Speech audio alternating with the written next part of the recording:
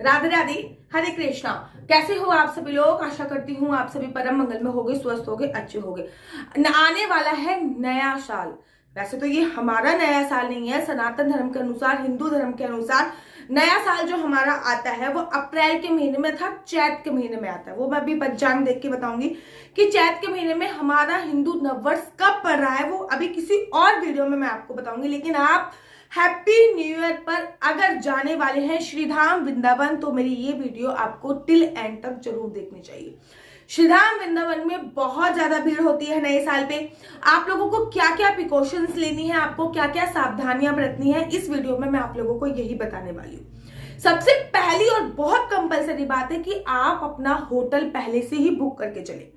श्रीधाम वृंदावन में आपको होटल नहीं मिलेगा। अगर आप ये प्लान कर रहे हैं कि हम श्रीधाम वृंदावन जाएंगे फिर वहां पे होटल फाइंड आउट करेंगे, तो आपको होटल नहीं मिलने वाला। इसलिए मेक श्योर आप अपना होटल पहले से ही नेट पे फाइंड आउट करके, जो भी एप्लीकेशंस आती है, मेक माई ट्रिप हो गया या फिर booking.com हो गया, होटल जिससे भी होता है, फाइंड आउट करके आप अपना होटल फाइंड आउट करके ही जाएं। जब आपको श्योरिटी हो जाए कि हाँ मेरा होटल पूरी तरीके से बुक है, तभी आप वृंदावन जाएं। अगर आप ये सोच रहे हैं कि मैं वहां पे जाके होटल बुक करूंगा, तो आपको रहने के लिए जगह नहीं मिलेगी।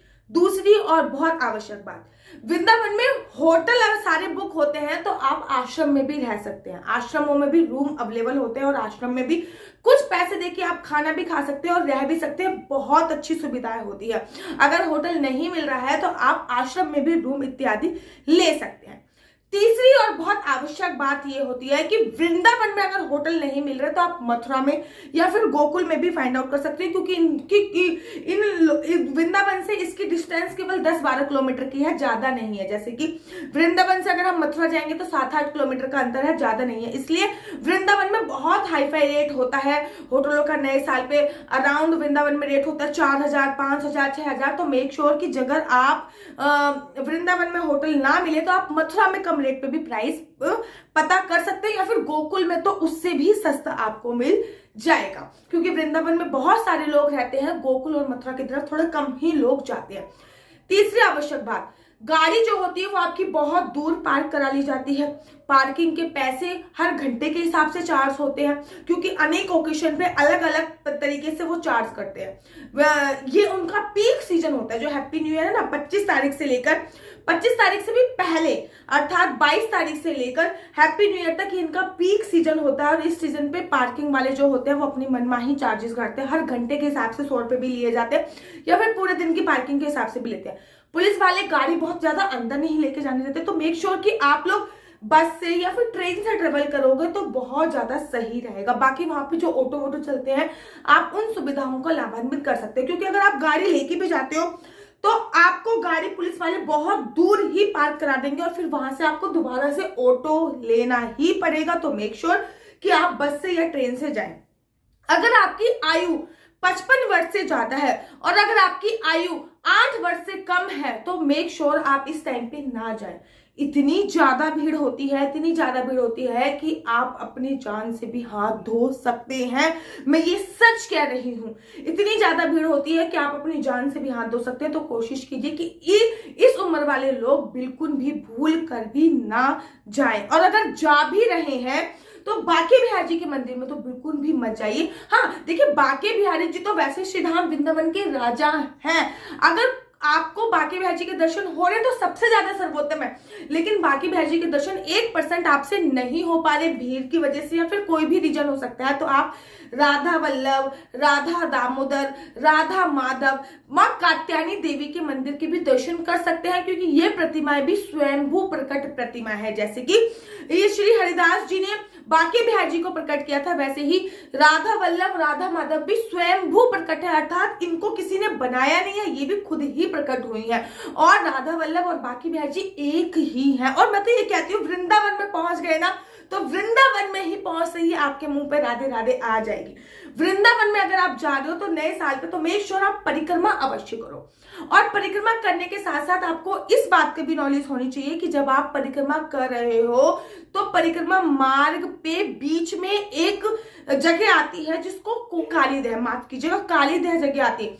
यहाँ पे भगवान ने कालिया नाग का मर्दन किया था, वो है वहां पे एक वृक्ष है, कदम वृक्ष, जो अजर और अमर है, उसकी परिक्रमा करने पर आपको 84 कोस की परिक्रमा का फल प्राप्त होता है। तो आप अगर परिक्रमा कर रहे हैं तो इस बात का ध्यान रखिए, उस वृक्ष की परिक्रमा आप अवश्य कीजिए। मेक श्योर अगर आप भीड़ से बचना चाहते हो तो आप रात्रि के समय भी परिक्रमा कर सकते हो। परिक्रमा अगर आप में सामर्थ्य है तो नंगे पैर कीजिए, अगर आप नंगे पैर नहीं कर सकते तो आप चप्पल पहन के भी कर सकते हो। वो बोलते हैं नथिंग टू समथिंग, कुछ नहीं तो कुछ तो करना चाहिए। देखिए वृंदावन एक ऐसा धाम है, यहाँ पे वृंदावन की परिक्रमा तो होती ही होती है महाराज। साथ ही के साथ आपको गोवर्धन की परिक्रमा भी वृंदावन में हो जाती है। कैसे?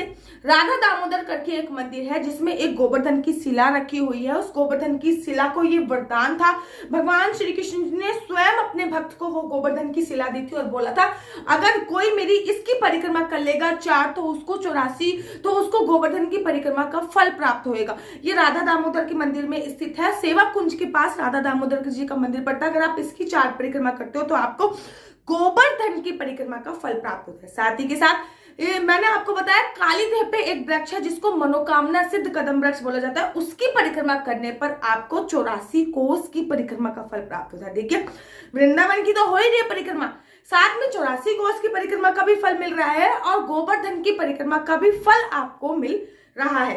साथ ही के साथ आपको इस बात का ध्यान रखना है कि महिलाएं जो होती हैं वो अपने कान के और गले की चैन कृपया करके निकाल के जाइए।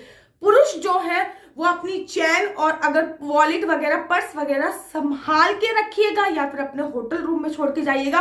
ऐसा नहीं है कि वृंदावन में चोरी नहीं होती है, वृंदावन में भी चोरी होती है। मैं ये नहीं कहती कि वृंदावन में ब्रजवासी चोरी करते हैं, वहां पे कुछ लोग आके बसे हुए हैं वो लोग भी चोरी करते हैं। वृंदावन में स्वतः मेरी एक चैन खींची गई थी जब मैं परिक्रमा कर रही थी, तो मेरे गले से चैन तोड़ी गई थी। मैं अपने हस्बैंड के साथ परिक्रमा कर रही थी, वो तो मेरे पे बाके बिहारी जी की विशेष कृपा थी, उन लोगों ने तुलसी माला तोड़ ली और चैन मेरी अंदर ही चली गई। ठीक है, तो इसलिए विशेष सावधानियां आपको बरतनी है। मंदिर प्रांगण में जाने से पहले अपने कान के और चैन का और पैसों का विशेष ध्यान आपको जरूर और जरूर देना है। मंदिर में जब भी जाएं तब भी खाली हाथ ना जाएं, कुछ ना कुछ लेकर आपको अवश्य जाना होता है। ठीक है ना। बिहारी जी के मंदिर में आप जाते हो तो फूल फल प्रसाद जो है वो आप मंदिर तक अंदर तक नहीं चढ़ा पाते, केवल दर्शन हो गए बाहर निकाल देंगे। गेट से एंट्री करी, सामने से दर्शन करे, इधर से निकाल दिया। भैया कोई चांस ही नहीं है कि आप बिहारी जी के पास वो चढ़ा पाए। तो आप यहाँ पर स्थित है, जिस जगह पे आप खड़े हैं वहीं पे अपना पेड़े का डिब्बा खोल के या फिर जो भी फल आकर लेके गए वहीं से बिहारी जी को समर्पित कर दीजिए कि आओ बिहारी जी, पाओ बिहारी जी। कोशिश कीजिए कि चप्पल पहन के ना जाए, क्योंकि अगर आप चप्पल पहन के गए और आपने चप्पलें उतारी तो आपको निकलना दूसरे रास्ते से है, आपकी चप्पल मिलने की कोई भी गारंटी नहीं होती। वैसे एक बात बताऊं, चप्पल खोना बहुत शुभ संकेत माना जाता है।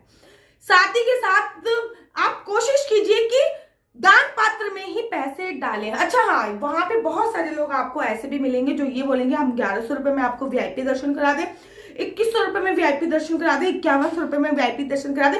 उनके झांसे में आपको बिल्कुल भी नहीं आना, क्योंकि वीआईपी दर्शन तो आप करते हैं लेकिन आपको भीड़ से ही निकालेंगे। हाँ, आपको लाइन में नहीं लगना पड़ेगा, लेकिन आपको भीड़ में खड़े होकर, ये नहीं कोई आपको विशेष एक जगह पे खड़े होकर दर्शन हो रहा है, आप ऐसे हिल रहे हो ऐसे हिल रहे हो, ये आपके वीआईपी दर्शन होंगे। जैसे आम लोग दर्शन कर रहे हैं, दर्शन आपको वैसे ही करना है। हाँ, वो आपको एक स्पेशल जगह से लेके चले जाएंगे, बस केवल लाइन में ना लगने के ही वो लोग पैसे ले रहे हैं, उसी को वो लोग वीआईपी दर्शन का नाम देते हैं। तो आशा करती हूँ अगर आप नए साल पे श्रीधाम वृंदावन जाने की सोच रहे हो तो इन बातों का खास ध्यान रखोगे। और अगर आपको मेरी वीडियो अच्छी लगती है तो आप अपना यूट्यूब चैनल हरि बोल को लाइक शेयर सब्सक्राइब करना बिल्कुल भी मत भूलिए। तब तक के लिए मुझे दीजिए इजाजत। राधे राधे, हरे कृष्णा, हरि बोल।